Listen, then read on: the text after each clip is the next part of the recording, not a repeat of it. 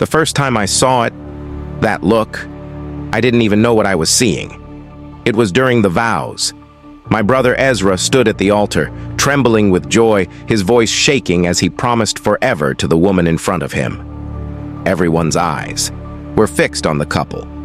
Everyone's, except hers, my wife. She sat beside me, 3 rows back. My hand rested on her thigh, but she didn't move, didn't flinch, didn't smile, didn't cry. Her eyes weren't on the bride or the groom, no. Her gaze was locked on Logan, Ezra's best man. And here's the part that made my stomach twist. Logan wasn't looking at the couple either. He was staring at her, not just looking, memorizing. His eyes burned like he was trying to etch her into memory. And then, the corner of her lips moved. Not a smile, a signal. That was the moment. The first spark of something I couldn't explain, but I told myself it was nothing, that weddings do strange things to people, that maybe he was nervous or I was paranoid.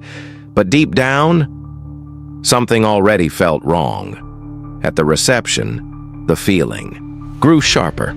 I watched her laugh, too easily, too freely, when Logan handed her a drink. I saw the way her fingers brushed against his wrist when she thanked him, just a graze of her thumb, but enough to freeze my breath. And me?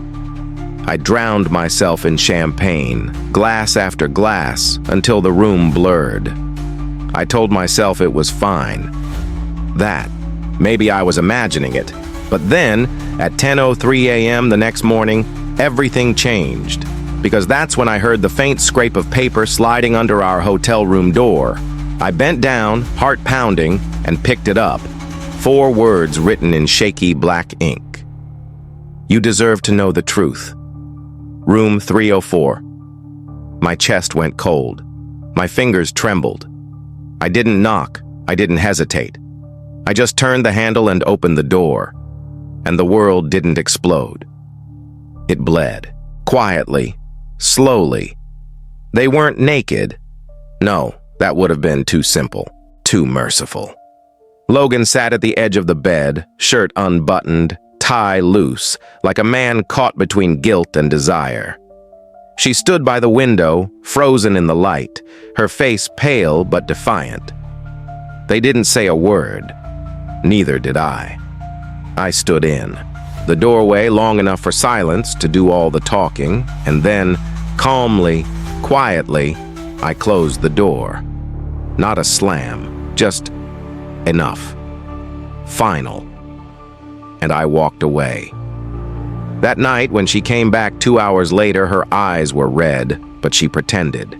Pretended nothing had happened. Pretended she hadn't broken something inside me.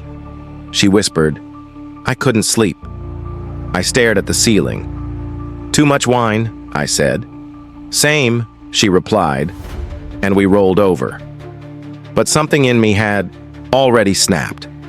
Not loud, not obvious. No shattering glass, just a single thread in the dark. Breaking. Here's the thing about betrayal. You don't chase it, you trap it. So that's what I did. I became the perfect husband. I mirrored her smile, kissed her shoulder in the mornings, asked about her day. And slowly, she relaxed. She thought I had forgotten, but I hadn't, because I don't forget. My memory is glass, sharp, reflective, unforgiving.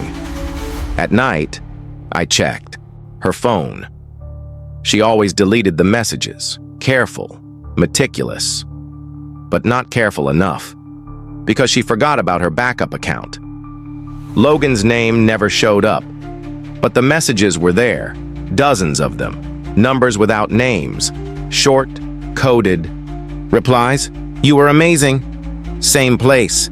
He suspects nothing, each word carved deeper into me, so I forwarded everything to myself, quietly, patiently, like building a bomb. Then came the trap. I bought a burner phone, messaged Logan, pretending to be her. I miss you. Let's meet again. Room 304. The response was instant. Tonight, I'll bring wine. No hesitation, no denial, just routine. Like this wasn't the first time, like it never would have stopped. Almost disappointing, really, because I wanted him to fight it, to deny it, to give me something. But there was nothing. So I booked the room. Room 304, their room, always 304, and I waited. Logan came first. A bottle of red in hand, his shirt neatly tucked, like he wanted this to look respectable. He knocked. She opened, pulled him inside. I gave them 10 minutes, just enough to start, just enough to betray me one more time. Then I walked down the hall. Quiet, calm, turned the knob, and opened the door. And there they were again. But this time, I spoke. One word. Continue. They froze. Her mouth dropped. His hand shook. Shit, Logan whispered. I placed a manila envelope on the table. Inside, screenshots, hotel logs, chat records, proof so sharp it could cut skin. Her hands trembled as she touched it. She didn't cry. Not yet. That would come. Later. Was it fun? I asked. My voice wasn't angry. Just tired. She opened her mouth, stopped. Logan reached for his shirt like it was armor. You don't understand, he began. I raised a hand. Don't insult both of us. Then I looked at her. You know what the worst part is? Not that you cheated, not that it was him, not even the lies. The worst part is that you made me doubt myself, made me feel paranoid, weak. And that's when her tears came. Real, ugly, choking. I didn't flinch, because I wasn't finished. I sent the note, I said. Logan blinked. What? Room 304, I repeated. That was me. I set this trap, and you both walked in willingly. I turned to leave, and just so you know, the video's uploading to a drive right now. Not public yet, she gasped. You're bluffing. I looked back. Do you want to find out? That night, for the first time in months, I slept. Not peacefully, not forgiving, but with clarity.